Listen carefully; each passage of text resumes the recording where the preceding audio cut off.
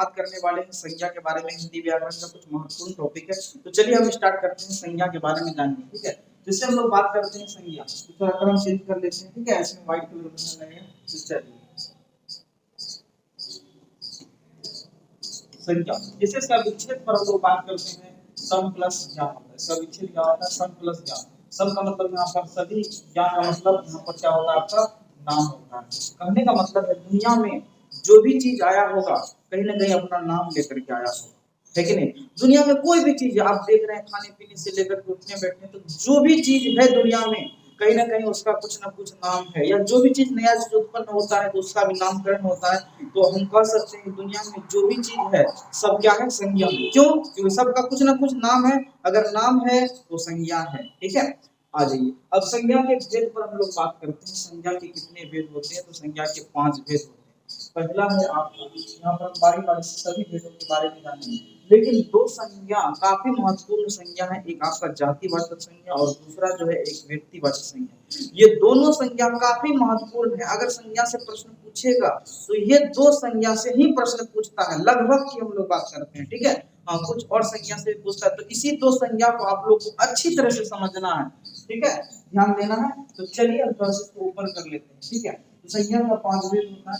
यहाँ पर हम लोग पहले नाम देंगे आपको यहाँ पर। ठीक है, जातिवाचक संज्ञा क्या लेंगे? जातिवाचक संज्ञा। उसके बाद हम लोग यहाँ देते हैं आपका व्यक्तिवाचक संज्ञा।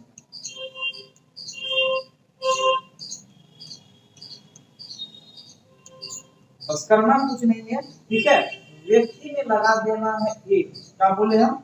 व्यक्ति में लगाना है एक और जाति में लगाना है अनेक, और इसके अलावा कुछ आपको देखना नहीं है। संज्ञा यहीं पर समाप्त हो जाएगा। ठीक है, अगर हम लोग बात करते हैं अनेक का, तो अनेक का मतलब है कि एक से अधिक होना चाहिए। अगर एक से अधिक है तो वह अनेक में आ जाता है, अर्थात बहुवचन में आ जाता है कि नहीं? एक मतलब यहाँ पर एक वचन में आ गया, अनेक मतलब यहाँ पर आपका बहुवचन में आ गया। ठीक है, तो ये चीज भी आपको ध्यान में रखना पड़ता है। ठीक है, तो चलिए जैसे अगर हम लोग बोलते हैं देश, देश एक है कि अनेक है? तो देश यहाँ पर आपका क्या है बाबू? अनेक है कि नहीं? तो चलिए हम लोग यहाँ बोलते हैं देश, तो ऐसे आपको पता होगा कई सारे देश हैं, भारत, अफगानिस्तान, पाकिस्तान, अमेरिका। ठीक है, तो देश यहाँ पर अनेक है। अगर अनेक है तो यहाँ पर आपका क्या है? जातिवाचक संज्ञा है। अगर अनेक है तो आपका जातिवाचक संज्ञा है। उसी देश में अगर हम नाम बताएंगे भारत का, तो भारत दुनिया में एक ही है। अगर एक है तो वह आपका जो है व्यक्तिवाचक संज्ञा है, अगर अनेक है तो वह आपका जातिवाचक संज्ञा होगा। बस यही चीजों पर गौर करना है और कुछ गौर नहीं करना है। और आपको ये भी देखना होगा कि अनेक है और हो सकता है उस अनेक से और भी अनेक निकल जाए, हो सकता है उससे और भी अनेक निकल जाए, लेकिन कब तक हम निकालते रहेंगे? जब तक कि आपका एक नहीं आ जाए, हम तब तक उसको निकालते रहेंगे। तो सीधा समझना है, ऐसे फिगर से समझिए। मान लीजिए ये अनेक है, अगर इसका भी हम लोग पार्ट करेंगे, ये भी अनेक आ गया, इसका भी पार्ट करेंगे, तब मान लीजिए एक आया, तब यहाँ पर ये जो हो जाएगा आपका व्यक्तिवाचक संज्ञा, और ये दोनों जो हो जाएगा आपका जातिवाचक संज्ञा हो जाएगा। ठीक है, समझ गए बातों को? इस तरह से समझना। जैसे अगर हम लोग बात करते हैं यहाँ पर नदी का, क्या बात करते हैं? नदी का। तो बताइए नदी एक है कि अनेक है? तो नदी आपका अनेक है, गंगा, यमुना, सरस्वती, पुन अनेक नदी।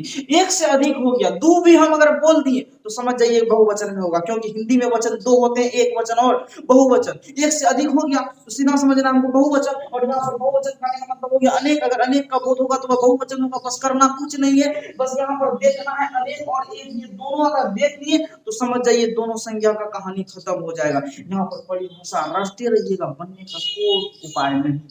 जाति वर्ग से, जैसे जाति वर्ग बोलते क्या जाति, अब लॉजिक देखिए। जैसे आप देश, देश एक अनेक है ना, तो यहाँ पर हो गया आपका जाति वर्ग संज्ञा। नदी अनेक है ना, तो जाति वर्ग संज्ञा होगा। उसी नदी में अगर हम लोग नाम दे दें गंगा, इसका मतलब है कि गंगा 5-6 को होगा कि एक है, तो गंगा यहाँ पर आपका एक है। अगर एक होगा तो क्या हो जाएगा आपका व्यक्तिवाचक संज्ञा, अगर अनेक होगा तो आपका जातिवाचक संज्ञा होगा। याद रखिएगा। जिससे अगर हम लोग बात करते हैं बाबू पर्वत, क्या बात करते हैं? पर्वत, तो पर्वत एक है कि अनेक है?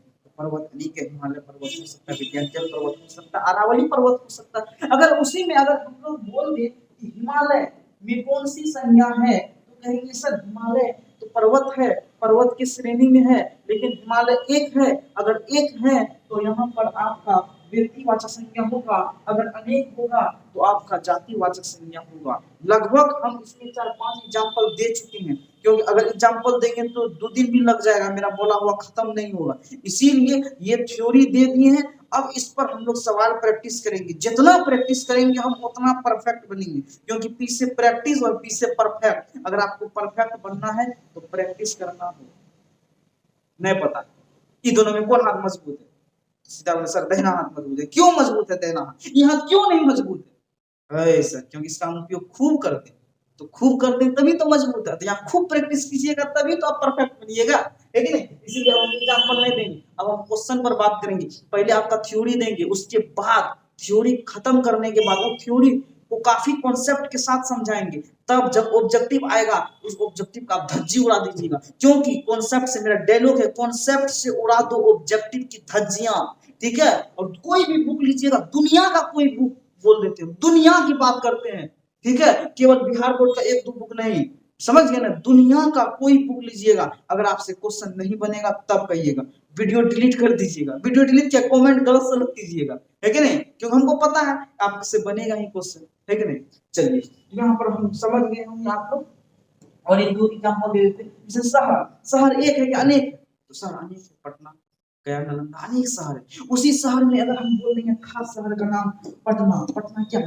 एक है ना? अगर एक है तो आपका क्या हो जाएगा? व्यक्तिवाचक संज्ञा। अगर अनेक है तो आपका जातिवाचक संज्ञा होगा। हालांकि ये दोनों संज्ञा में आपको कहीं भी दिक्कत नहीं होगा, है कि नहीं? आप थोड़ा सा प्रैक्टिस करते जाइएगा। हाँ, कुछ कुछ कई ऐसे चीज होते हैं जो कि आपको लगेगा नहीं। जैसे अगर हम बोल देते हैं पशु, अरे सर पशु तो अनेक है, तो जातिवाचक संज्ञा, कोई दिक्कत नहीं। अगर उसी पशु में हम बोल देते हैं गाय, व्यक्तिवाचक नहीं, गाय का भी और सारा टाइप है। इसीलिए हम बताएं कि मान लीजिए कोई यहाँ पर पाठ है, इसको तोड़ते जाएंगे, ये कब तक तोड़ेंगे? तब तक तोड़ते जाएंगे जब तक ये अंतिम में टूटेगा ही नहीं। अब टूटने का कोई चांस ही नहीं है, यानी कि सिंगल बचेगा। इसीलिए सिंगल बचेगा, मतलब यहाँ पर देखिए है ना सिंगल एक, ठीक है?